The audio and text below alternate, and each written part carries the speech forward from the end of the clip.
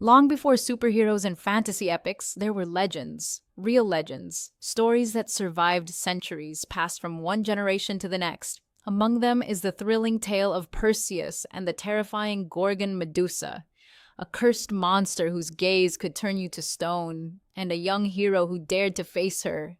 It all began with a prophecy. King Acrisius of Argos had everything, a kingdom, wealth, power, but not an heir. So he turned to the oracle at Delphi. The message he received was chilling. Your own grandson will be your undoing. Fearing for his life and legacy, Acrisius locked his only daughter, Danae, in a bronze chamber, deep underground. No windows, no visitors, just walls of metal. He thought he'd beaten fate, but the gods had other plans. Zeus, king of Olympus, was drawn to Danae. One day, he came to her not as a man, but as a shower of golden light, slipping through cracks and pouring over her. From that divine encounter, a child was born, Perseus. When Acrisius discovered the baby, he was enraged, but he didn't dare spill the blood of a child touched by the gods. Instead, he placed Danae and infant Perseus in a wooden chest and cast them out to sea, letting the waves decide their fate. But fate was not so easily denied. The chest washed ashore on the island of Seriphos, where a kind fisherman named Dictys found them. He took them in, raising Perseus as his own. The boy grew strong, noble, and fiercely protective of his mother. But not everyone on Seriphos had a good heart. Polydectes, the king of the island, had his eyes set on Danae, but Perseus stood in the way, so Polydectes devised a trap. He announced a grand feast and told every guest they must bring a horse as a gift. Perseus had no horse, no riches. Flustered and embarrassed, he blurted out, "I'll bring you the head of Medusa instead." The room fell silent. Medusa, the monster with venomous snakes for hair, the Gorgon whose eyes turned men to stone.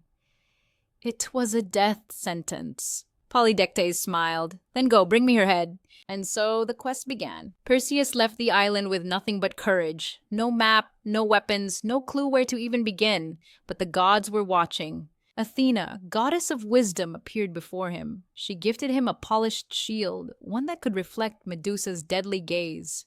Hermes, the messenger god, came next, offering winged sandals, a curved blade made of adamantine, and a helmet of invisibility from Hades himself. But there was one more step.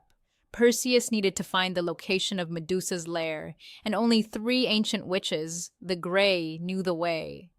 These were sisters older than time, who shared one eye and one tooth between them. Perseus tracked them down and waited in the shadows. As the witches passed the eye back and forth, he seized it mid-air. "Tell me where to find Medusa," he demanded, "or you'll never see again." Furious but helpless, the Grey revealed the path and sent him to the Stygian nymphs, mystical beings who held the final tools he would need, a magic bag called a kibisis to carry Medusa's head, and knowledge of the hidden island where she lived. Armed with gifts from the gods, Perseus soared through the skies in his winged sandals. Finally, he reached a desolate island, a place of death. Stone statues littered the ground, warriors frozen mid-battle, their faces still locked in terror, the work of Medusa. She and her 2 immortal sisters slept inside a crumbling temple, but only Medusa was mortal. Perseus knew one wrong move would be his last. He crept forward, eyes fixed only on the reflection in his shield. The hiss of serpents slithered through the silence. And then, there she was. Her body twisted, her hair alive with vipers. He raised his sword, waited for the perfect moment, and struck. In one swift movement, he severed her head. From her neck sprang 2 beings, Pegasus, the winged horse, and Chrysaor, a giant with a golden sword, creatures born from the blood of the Gorgon. Perseus quickly stuffed Medusa's head into the kibisis and vanished with his helmet of invisibility just as the other Gorgons awoke, shrieking with rage. On his journey back, Perseus spotted a young woman chained to a rock. Her name was Andromeda. She was a princess, offered as a sacrifice to a sea monster after her mother boasted that Andromeda was more beautiful than the sea nymphs. Poseidon was not amused. As the monster rose from the waves, Perseus acted without hesitation. He leapt into battle on Pegasus and pulled out Medusa's head. With one glance, the creature turned to stone and sank beneath the waves. Andromeda was saved, and eventually became Perseus's bride. But the story wasn't over. Returning to Seriphos, Perseus found his mother still imprisoned by Polydectes. The king laughed at Perseus, mocking him for returning empty-handed. But Perseus said nothing. He simply reached into the kibyssus, pulled out Medusa's head, and turned the tyrant and his guards to stone.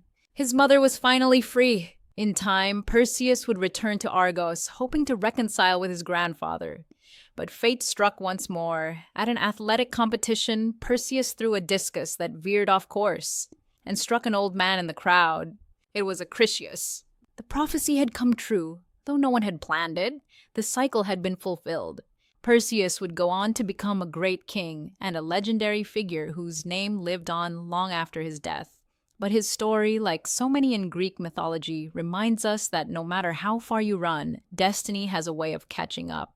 And sometimes, the only way to face it is head on. If you enjoyed this myth, there's so much more to explore. Gods, monsters, tragedies, and heroes. Subscribe and stay tuned as we dive deeper into the world of Greek mythology, one story at a time.